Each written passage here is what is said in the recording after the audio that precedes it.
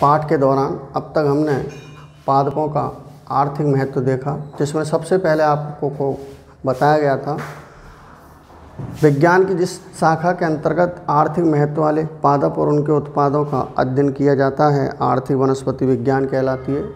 आर्थिक वनस्पति विज्ञान में पादपों को उपयोगिता के आधार पर हमने 3 भागों के अंतर्गत क्या बांटा, जिनके अंतर्गत खाद्य पादप, दूसरे औषधि महत्व वाले पादप यानी औषधीय पादप और तीसरे निर्माण संबंधी पादप।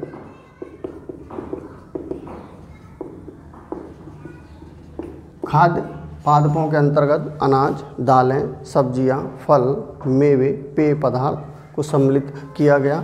औषधि महत्व वालों में पादप के जड़, तना, पत्ती, फल, फूल, बीज, विभिन्न भागों से प्राप्त होने वाले उत्पादों का उपयोग अनेक रोगों के उपचार में किया गया, जिन्हें औषधि महत्व वाले पादप कहा।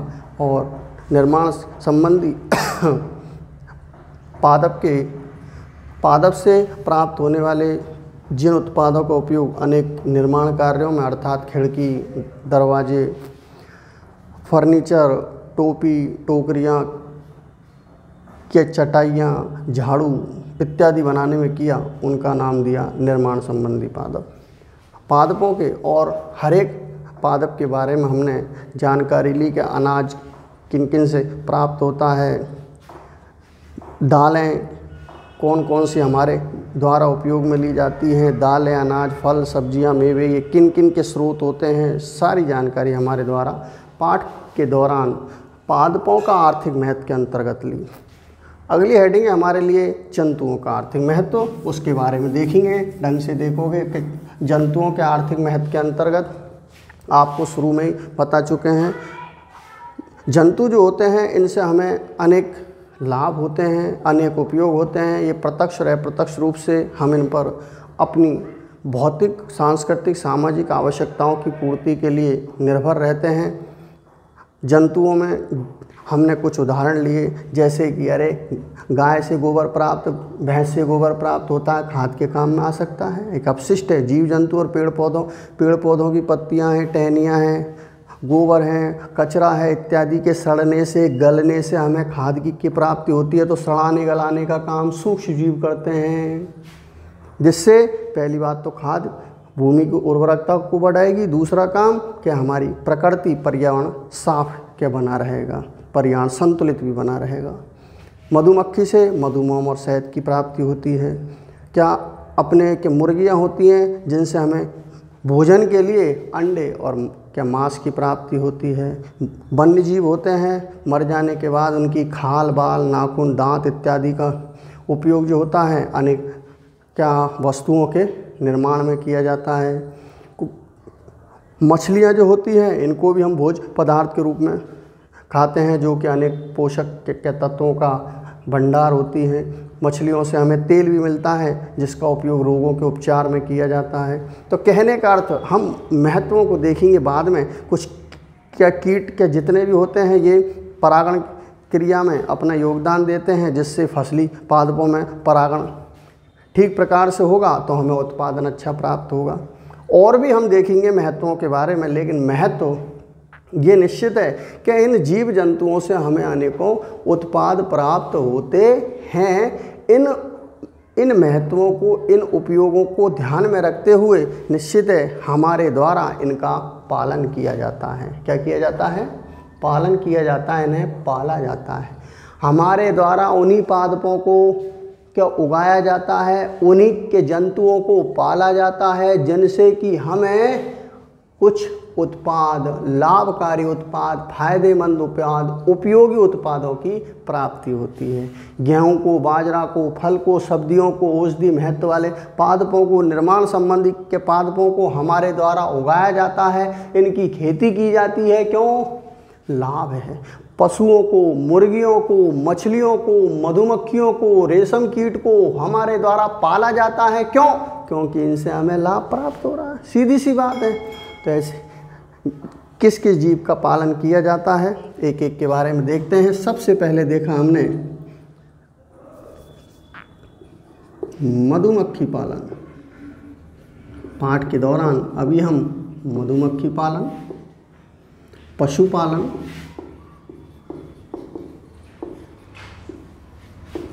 रेशम कीट पालन,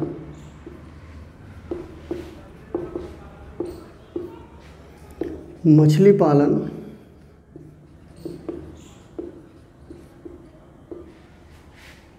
के बारे में देखेंगे। सबसे पहले हमने देखा मधुमक्खी के बारे में। निश्चित है जिस भी जीव का पालन किया जाता है उस जीव की उन्नत जाति का चयन करते हैं। अरे जिस भी पादप को बोया जाता है, हम गेहूँ बोते हैं, बाजरा बोते हैं, उसकी उन्नत किस्म बाज़ार से खरीद के लाते हैं। मालूम है एक थैली 1 किलो की एक थैली 500-600 रुपये की आती है। गेहूं की 1 किलो की थैली जो है उन्नत किस्म की कितने की आ रही है? 500 और 600 रुपये की आती है। गेहूं तो केवल 20 रुपये किलो होता है। 500-600 का मतलब वो गेहूं उन्नत किस्म का नहीं है, और जो बोया के लिए काम में ले रहे हैं वो उन्नत किस्म का बीज है। बात समझ गए होंगे कि हमारे द्वारा उन्नत किस्म का चयन किया जाता, उन्हें बो करके अच्छा फसली पादपों से उत्पाद प्राप्त करते हैं। तो ठीक हमारे द्वारा जिस भी जीव का पालन किया जाता है उस जीव की उन्नत जाति का चयन किया जाता है। मछली की उन्नत जातियों के अंतर्गत Apis mellifera, Apis indica, Apis florea, Apis dorsata मुख्य हैं। ये सब की सब कौन है? उन्नत जाति किसकी? मधुमक्खी की। मधुमक्खी की उन्नत जातियों के अंतर्गत Apis mellifera, Apis indica, Apis dorsata, Apis florea मुख्य हैं। इनमें से सबसे श्रेष्ठ जाति जो होती है एपिस मेलिफेरा होती है। होने को सभी अच्छी जातियां हैं, उन्नत जातियां हैं मधुमक्खी की, लेकिन इनमें से भी सबसे श्रेष्ठ जाति एपिस मेलिफेरा होती है। क्यों होती है? मधुमक्खी की जो इस जाति की मधुमक्खियां होती हैं ये आकार में बड़ी, आकार कैसा है? बड़ी आकार की होती है, स्वभाव में सीधी होती है, मधुमेह और शहद भी जिससे हमें अधिक प्राप्त होता है। मधुमेह और शहद भी जिससे हमें अधिक प्राप्त होता है। तो निश्चित है ऐसी मधुमक्खी की जाति को पालेंगे। क्यों? मधुमक्खी मालूम है कि मधुमक्खी काट लेगी तो कितना दर्द होगा, जलन भी होगी, दर्द भी होगा, और हो सकता है मृत्यु भी हो जाए। कुछ मधुमक्खियों का डंक जो होता है उसमें जहर जो मौजूद है बहुत अधिक जहरीला होता है, जिससे कुछ ही समय में, कुछ ही मिनटों में व्यक्ति की मृत्यु हो जाती है। तो निश्चित है ऐसी मधुमक्खी का चयन नहीं किया जाएगा। मधुमक्खी की ऐसी जाति का चयन किया जाता है जिससे हमें कुल मिलाकर मधु, मोम और शहद दोनों अधिक मात्रा में प्राप्त हों।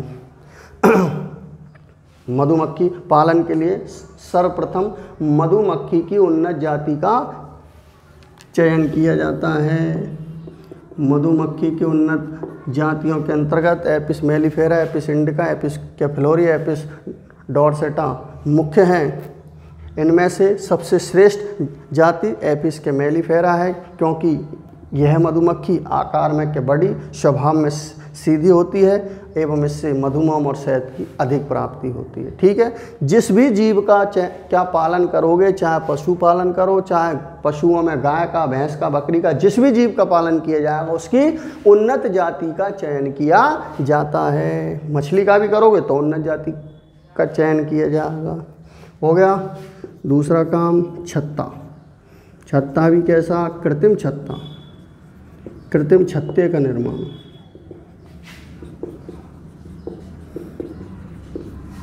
कृत्रिम छत्ता ये क्या होता है भैया? अरे कृत्रिम छत्ता यह एक बॉक्स नुमा संरचना होती है।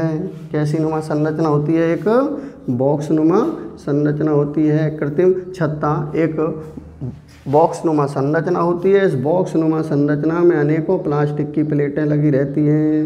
ये रही बॉक्स नुमा संरचना में अनेकों प्लास्टिक की प्लेटें रहती है, छिद्र युक्त, छेद है इनके अंदर। क्या है इनके अंदर? छेद। तो लाओ मैंने के बता दिए छेदों को।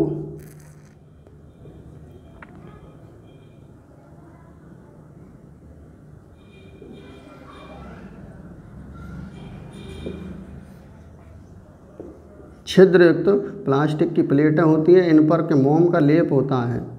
तो सीधा बोल दें, मोम से लेपित छिद्रयुक्त प्लास्टिक की प्लेटें इस बॉक्स नुमा के संरचना के अंतर्गत रखी जाती हैं और बॉक्स के ढक्कन में, ये रहा ढक्कन, बॉक्स के ढक्कन में अनेक क्या होते हैं, छेद होते हैं, जिनमें से होकर के मधुमक्खियाँ कृत्रिम छत्तों के अंदर या इस बॉक्स नुमा संरचना के अंदर पहुँच कर के शहद और मोम का संचय करती हैं, शहद और मोम का निर्माण करती हैं, इकट्ठा करती हैं। कृत्रिम छत्ता क्या है, यह एक बॉक्स नुमा संरचना होती है जिसके अंदर मोम से लेपित छिद्रित प्लास्टिक की प्लेटों को रखा जाता है। बॉक्स के ढक्कन पे अनेकों छेद होते हैं, इन्हीं छिद्रों से होकर के मधुमक्खियाँ छत्ते के अंदर, इस कृत्रिम के छत्ते के अंदर प्रवेश करती हैं और अपने द्वारा जो छत्ता बनाया जाता है इनका प्लास्टिक की प्लेटों के ऊपर ही बनाया जाता है। तो कृत्रिम छत्ता होता कैसा है, क्या है कृत्रिम छत्ता? जो मधुमक्खी बनाती है छत्ता तो अपना, जो कि मोम का बना होता है शायद, तो मोम भी के बनाने का काम, फिर उसके मोम से के छत्ते बनाने का काम, ये सब काम किसका है? मधुमक्खी का। लेकिन उन छत्ते के बनाए कहाँ? छत्ते बनाती है मधुमक्खी, अपन देखते हैं पेड़ों की शाखाओं पर या किसी के दीवार पर छत्ता बनाती है, तो उसे आधार के चाहिए होता है मधुमक्खी को। वो आधार हमने दिया, क्या दिया है? प्लास्टिक की प्लेटें। प्लास्टिक की प्लेटों के ऊपर, ये प्लास्टिक की प्लेट है, इसके ऊपर मधुमक्खी ने छत्ता बनाया। प्लास्टिक की प्लेट को बाहर निकाल लेंगे तो छत्ता दो भागों में बट जाएगा, यानी टूट गया वो।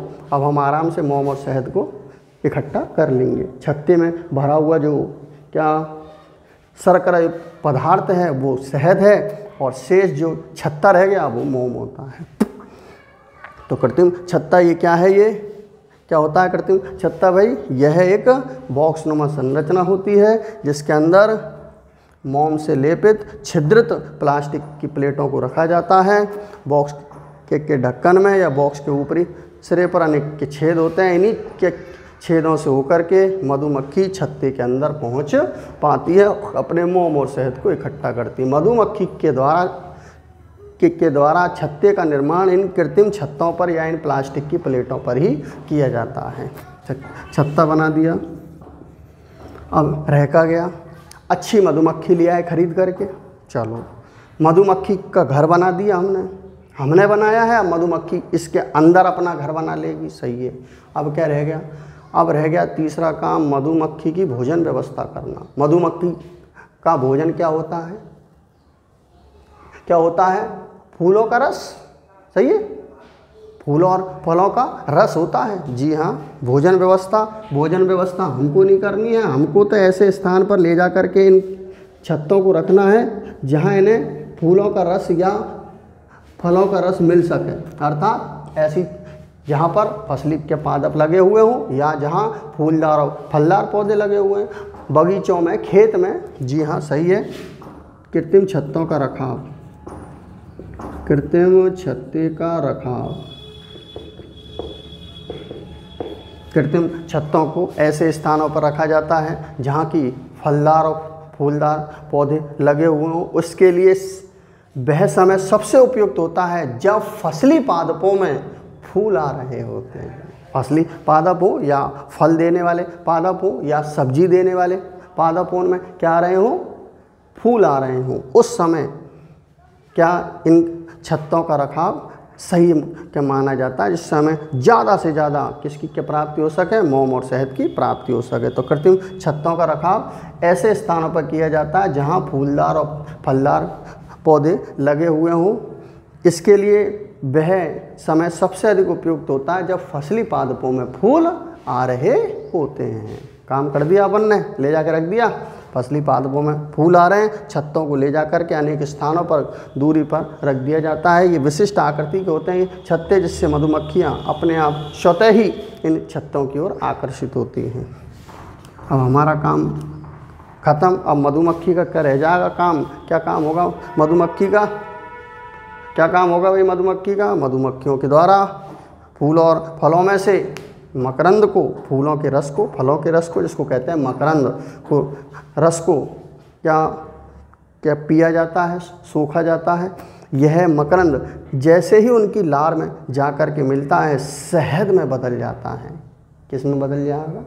शहद में बदल जाता है। मधुमक्खी को जितने भोजन की आवश्यकता होती है वो इस शहद को खुद ही पचा करके खा कर के प्राप्त कर लेती है। शेष शहद यह है अब इकट्ठा भी तो करेगी। अरे अपन को जितने अनाज की, गेहूं की, आटे की आवश्यकता है, गेहूं की आवश्यकता है, उसको तो हम उपयोग में ले ही रहे हैं कि सामने। उसके अलावा जब गेहूं जब के नहीं मिलेगा, जब फूल और फल नहीं लगे होंगे खेतों में, जब क्या खाएंगी ये मधुमक्खियाँ?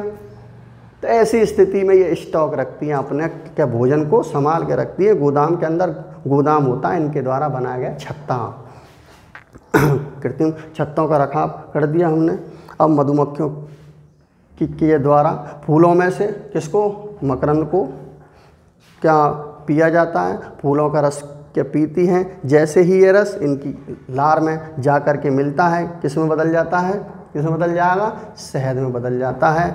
मधुमक्खियों के द्वारा इस शहद को कृत्रिम के छत्तों में श्रम के द्वारा बनाए गए छत्तों के भीतर इकट्ठा किया जाता है।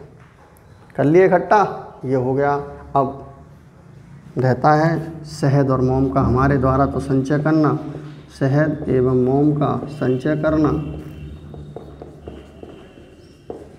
जब कृत्रिम छत्ता किससे भर जाता है?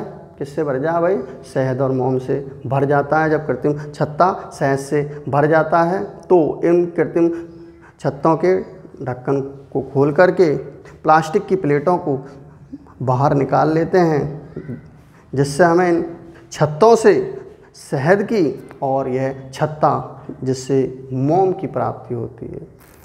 मोम और शहद को इस प्रकार संचित कर लिया हमने। कोई दिक्कत आई? मधुमक्खी पालन के लिए सबसे पहले मधुमक्खी की उन्नत जाति का चयन किया जाता है। मधुमक्खी की उन्नत जातियों में Apis mellifera, Apis indica, Apis florea, Apis dorsata मुख्य है। एपिस मेलिफेरा इनमें श्रेष्ठ के जाति मानी जाती है क्योंकि ये आकार में के बड़ी, स्वभाव में सीधी होती है और इससे मधुमोम और शहद की प्राप्ति हमें अधिक होती है। दूसरा काम होता है कृत्रिम के छत्ते का निर्माण करना। कृत्रिम छत्ता जो होता है बॉक्स नुमा संरचना होती है। इसके अंदर अनेक क्या छेदित मोम से लेपित क्या प्लास्टिक की प्लेटों को रखा जाता है। बॉक्स के ढक्कन में अनेकों छेद होते हैं। इन्हीं छिद्रों से होकर के मधुमक्खियाँ छत्ते के अंदर आ जा पाती हैं। मधुमक्खियों के द्वारा इस कृत्रिम के छत्ते के भीतर ही प्लास्टिक की प्लेटों पर किसका? श्रम छत्ते का निर्माण किया जाता है। कृत्रिम छत्ते का रखाव कृत्रिम छत्तों को ऐसे स्थानों पर रखा जाता है जहाँ की फूलदार और फलदार पौधे अधिक लगे हुए हैं। इसके लिए वह समय उपयुक्त होता है जब फसली पादपों में फूल आ रहे होते हैं। इन कृत्रिम छत्तों को पेड़ की शाखा से या खेत में, बगीचे में अनेक स्थानों पर कुछ क्या दूरियों पर रख दिया जाता है। मधुमक्खियों के द्वारा फूलों से मकरंद को अवशोषित कर क्या शहद में परिवर्तित किया जाता है। यही कि मधुमक्खियाँ इन कृत्रिम छत्तों के ऊपर श्रम के द्वारा बनाए गए छत्तों में इस शहद को इकट्ठा करती रहती हैं। जब ये कृत्रिम छत्ते शहद से भर जाते हैं तो हमारे द्वारा इन छत्तों में से प्लास्टिक की प्लेटों को बाहर निकाल लिया जाता है और हमें मधुमोम और शहद की प्राप्ति होती है। तो देख लिया मधुमक्खी पालन का महत्व भी हम बता दें। सबसे क्या पहला महत्व कि मधुमक्खी के पालन से हमें क्या होगा? मधुमोम और शहद की प्राप्ति होती है। मधुमोम जिसका उपयोग अल्सर को ठीक करने, मोमबत्तियाँ बनाने, जूतों पर पॉलिश करने वाली क्रीम बनाने में किया जाता है। किस किस में? मधुमक्खी से हमें मधुमोम और शहद की प्राप्ति होती है। इस मधुमोम का उपयोग क्या काम में करते हैं? अल्सर को ठीक करने, मोमबत्तियाँ बनाने, जूतों पर पॉलिश करने वाली क्रीम बनाने में किया जाता है। और शहद का उपयोग औषधि के रूप में, साथ ही हमारे भोजन का एक पोषक आहार है। इसे परिरक्षक के रूप में भी उपयोग में लेते हैं। साथ ही साथ मधुमक्खियाँ जो होती हैं परागण क्रिया में सहायक होती हैं। परागण क्रिया के पादपों में जब इन मधुमक्खियों की द्वारा आसानी से हो जाती है, तो फसली के पादपों से उत्पादन भी हमें अच्छा या अधिक प्राप्त होता है। रोजगार की प्राप्ति तो होती है, ये तो साफ है। तो अब हमारे लिए ये जानना ज़रूरी हो जाता है, क्योंकि ये भी हमें दिया हुआ है कि मधुमक्खी, आपने के देखा होगा कोई भी जीव है, उन इतने सारी के जीवों की जातियाँ, करोड़ों अरबों जातियाँ इस प्रकृति में, पर्यावरण में, पृथ्वी पर मौजूद हैं, लेकिन उनमें से कीट वर्ग एक ऐसा वर्ग है, कीट वर्गों में सबसे खास विशेषता होती है, ये क्या अधिकांश कीट जो होते हैं ये सामाजिक प्राणी होते हैं। सामाजिक का अर्थ सीधी सी बात सबसे पहला तो होगा, अरे हम क्या कि मानव एक सामाजिक प्राणी कैसे? अरे सबसे पहली बात कि मानव समूह बना कर रहता है, समूह बना करके रहता है। समाज का छोटा हिस्सा कहलाता परिवार, यानी एक वचन में कहें तो परिवार है। अनेकों परिवार जब क्या मिल जाएंगे तो वो कहलाएगा समाज। क्या कहलाता है? समाज। तो ऐसे ही एक कीट और अनेकों कीट, एक जाति के अनेकों कीट जब एक जगह पर रहें और उनके अंदर श्रम के विभाजन पाया जाए, काम का बंटवारा पाया जाता है, तो इसका मतलब है वो एक सामाजिक जीव है, सामाजिक के प्राणी हैं। मधुमक्खी भी के सामाजिक कीट होता है। कैसी है? मधुमक्खी भी सामाजिक कीट है, यानी मधुमक्खी में भी श्रम विभाजन पाया जाता है। अरे मानव की बात की जाए, मानव एक सामाजिक जीव होता है, सामाजिक के प्राणी होता है। कैसे? और मैंने पहले बोल दिया, समाज का हिस्सा होता है परिवार, यानी अनेकों परिवार मिलकर के समाज का निर्माण करते हैं। तो परिवार का मतलब, अरे परिवार में सबसे पहली बात तो एक मुखिया होता है, घर की समस्त की जिम्मेदारियों का, अच्छे का बुरे का, सब चीज़ की व्यवस्था करने का, कौन सा काम सही हो रहा है, गलत हो रहा है, रोकना टोकना, निर्देश देना, दूसरों की बातों को सुनना, ये सब काम होता है एक का, जिसे कहते हैं घर का राजा या घर का मुखिया। सही है। दूसरे होते हैं युवा, युवा वयस्क, जिनका नर जिन्हें कहते हैं, जिन्हें हम क्या लड़का कहते हैं। घर के अंदर जो युवा होते हैं, युवाओं का काम होता है घर के लिए रुपए पैसे का इंतजाम करना, यानी सुख के सुविधाओं के लिए, आवश्यकताओं की पूर्ति के लिए जो संसाधन घर में घर के लिए ज़रूरी हैं, वो संसाधनों को उपलब्ध कराना, यानी कि नौकरी करना या बेलदारी करना, कुछ भी कर करके 2 रुपये घर के अंदर लाना, जिससे कि मूलभूत आवश्यकताओं की पूर्ति हो सके। तो सही है। तो महिलाओं का काम सबसे पहला काम तो होता है कि वंश को आगे बढ़ाना, यानी कि संतान पैदा करना। फिर दूसरा काम घर की साफ़ सफाई करना। सही है के बाद घर की पूरे की साफ़ सफाई रखना, सबके लिए भोजन पानी ये बना करके देना, बच्चे पैदा करना, वंश को आगे बढ़ाना, ये सब काम महिलाओं के होते हैं। गलत तो नहीं किया हमने? तो बात स्पष्ट हो गई। जिस प्रकार की एक परिवार के अंदर हमने क्या मानव की बात करी, तो हमारा एक परिवार है, परिवार में मुखिया है, मुखिया के अलावा के नर हैं, नर के अलावा मादाएं हैं। नर का मतलब हो गया, अपन कहते हैं जेंट्स, मादा का मतलब लेडीज। सबका काम अपना अलग अलग होता है कि बच्चे होते हैं, बच्चों का काम लिखना पढ़ना, घर के कार्यों में सहयोग प्रदान करना। राइट। तो यही ठीक मधुमक्खी में चींटी, चैंटा, ततैया, वर, ये सब कीट हैं कि नहीं है? चींटी, चैंटा, ततैया, वर। चींटी को देखा क्या उसका अलग से घर देखा है कि एक के चींटी का नहीं, बहुत सारी चींटियाँ एक घर के अंदर रहती हैं। मिट्टी में, दीवार में, जहाँ भी के पोली के जगह मिलती है, ये के चींटियाँ एक जगह पर रहती हैं। तो चींटी भी, तो मैंने जो बोला चींटी, चैंटा, ततैया, बर, मधुमक्खी, ये सब की सब कौन है? सामाजिक कीट हैं। इनमें भी श्रम विभाजन पाया जाता है। मधुमक्खी में कुछ स्पेशलिटी है, ये भी सामाजिक कीट है, इनमें भी श्रम विभाजन पाया जाता है। मधुमक्खी एक सामाजिक कीट है और मधुमक्खी में श्रम विभाजन पाया जाता है। ये बात हम देखेंगे।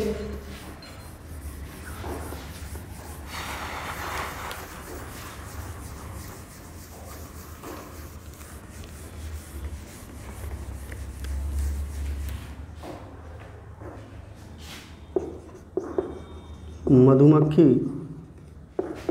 सामाजिक कीट है। आपके लिए कि बोल दिया गया, इस बात को स्पष्ट कीजिए, आप सिद्ध कीजिए कि वास्तव में क्या ये सही है कि नहीं है कि यह भी एक सामाजिक कीट है या मधुमक्खी में श्रम विभाजन पाया जाता है। जी हाँ, मधुमक्खी के छत्ते की बात की जाए तो मधुमक्खी के छत्ते में 3 प्रकार की मक्खियाँ होती हैं, चौथी नहीं होती है कोई सी भी। एक तो होती है रानी मक्खी, रानी मक्खी का मतलब समझ गए होंगे मादा मक्खी। एक होते हैं नर मक्खियाँ,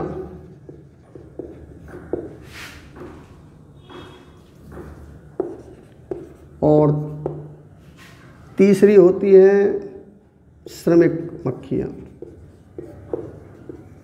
3 मक्खियाँ हो गई। रानी जो होती है, संख्या की बात की जाए तो रानी संख्या में केवल एक छत्ते में एक ही मिलेगी। नर की बात की जाए छत्ते में लगभग 10 से 12 तक होती हैं, और श्रमिकों की बात की जाए तो ये हजारों की संख्या में होते हैं। ठीक भाई, बात स्पष्ट हो गई कि छत्ते में मधुमक्खी एक सामाजिक कीट है, यह समूह बना कर रहती है, इसमें श्रम विभाजन पाया जाता है। मधुमक्खी के छत्ते में 3 प्रकार की मक्खियाँ पाई जाती हैं, नर, मादा और श्रमिक। मैं कहता नर मक्खी, मादा मक्खी और क्या नपुंसक मक्खी। मादा मक्खी एक होती है, कितने होती है? मादा मक्खी एक होती है, उसे रानी मक्खी भी कहते हैं। नर मक्खी छत्ते में इनकी संख्या 10 से 12 तक होती है, और शेष श्रमिक मक्खियाँ होती हैं जो कि नपुंसक होती हैं। कैसी होती हैं? नपुंसक, यानी जो संतान पैदा नहीं कर सकती हैं। श्रमिक मक्खियाँ नपुंसक मक्खियाँ होती हैं। तो 3 तरीके की होगी, मादा मक्खी, नर मक्खी और नपुंसक मक्खी। मादा मक्खी का मतलब रानी मक्खी है, संख्या में एक ही मिलेगी। नर मक्खी जो होती है संख्या में छत्ते में 10 से 12 होती हैं, और नपुंसक मक्खियाँ हजारों की संख्या में पाई जाती हैं। छत्ते पर अधिकार होता है किसका? रानी मक्खी का। किसका अधिकार होता है? छत्ते की मुखिया कौन है? रानी होती है। यह इसके द्वारा रानी की आंखें जो होती हैं, रानी के क्या इनकी रानी और नर इनको पहचानने का, श्रमिक मक्खियाँ तो आकार में सबसे छोटी होती हैं। कैसी होती हैं? इन तीनों मक्खियों की तुलना में आकार में सबसे छोटी मक्खी जो होती है कौन सी है? श्रमिक मक्खी। पहचानने का तरीका बता रहे हैं। नर मक्खियाँ जो होती हैं इनकी आंखें क्या बड़ी बड़ी होती हैं। रानी मक्खी जो होती है इसके उदर की लंबाई अधिक होती है, पेट की लंबाई जो होती है वो अधिक होती है। समझिए बात। रानी का काम छत्ते की समस्त क्रियाओं पर नियंत्रण रखना, यानी कि छत्ते पर जो अधिकार है, आधिपत्य है, कि प्रभुत्व है, रानी मक्खी का होता है। यह श्वम के द्वारा निकाले गए गंध युक्त स्राव से छत्ते की समस्त क्रियाओं पर नियंत्रण रखती है। कौन सी मक्खी? रानी मक्खी। छत्ते पर रानी मक्खी का अधिकार होता है। रानी जो होती है अपने द्वारा निकाले गए गंधयुक्त के श्राप से छत्ते की समस्त क्रियाओं पर नियंत्रण रखती है। इसका काम, पहला काम छत्ते की समस्त क्रियाओं पर नियंत्रण रखना, अर्थात राजकाज को संचालित करना, शासन को संचालित करना, के चलाना होता है। दूसरा काम संतान पैदा करना। 2 काम है, तीसरा काम नहीं है। ठीक है भाई, पहचान बता दी। इसके उदर की लंबाई औरों की तुलना में अधिक होती है।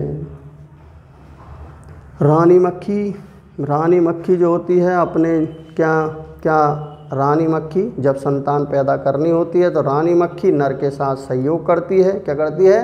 नर के साथ सहयोग करती है, और नर के द्वारा इस रानी मक्खी को जीवन भर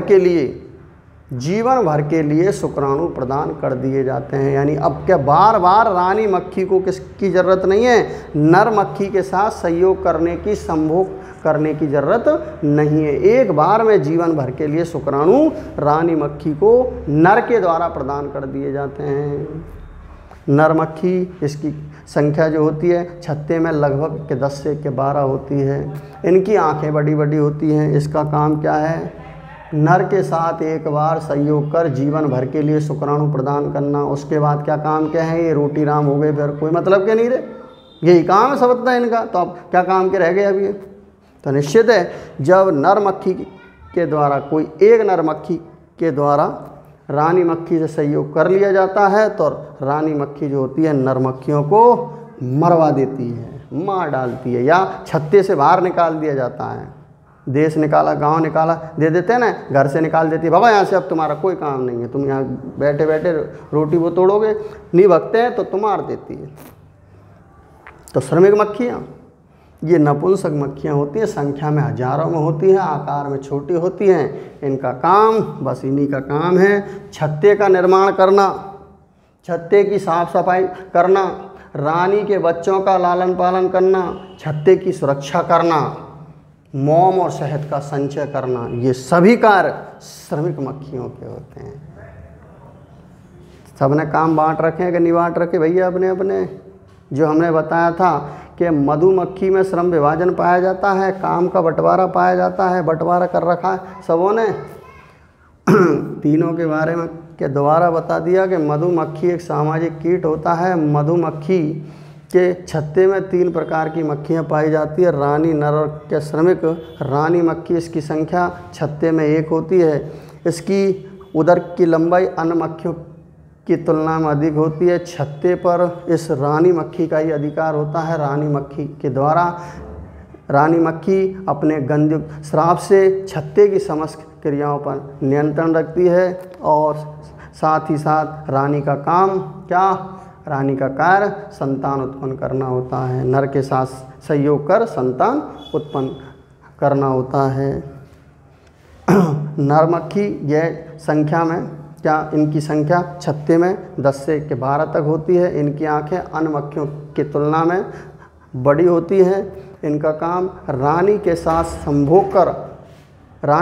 संभोग कर जीवन भर के लिए शुक्राणु प्रदान करना होता है। उसके बाद नर की उपयोगिता समाप्त हो जाती है, इसलिए इन मक्खियों को या तो मार दिया जाता है या इन्हें छत्ते से बाहर निकाल दिया जाता है। श्रमिक मक्खियाँ ये नपुंसक मक्खियाँ होती हैं, इनकी संख्या हजारों में होती है।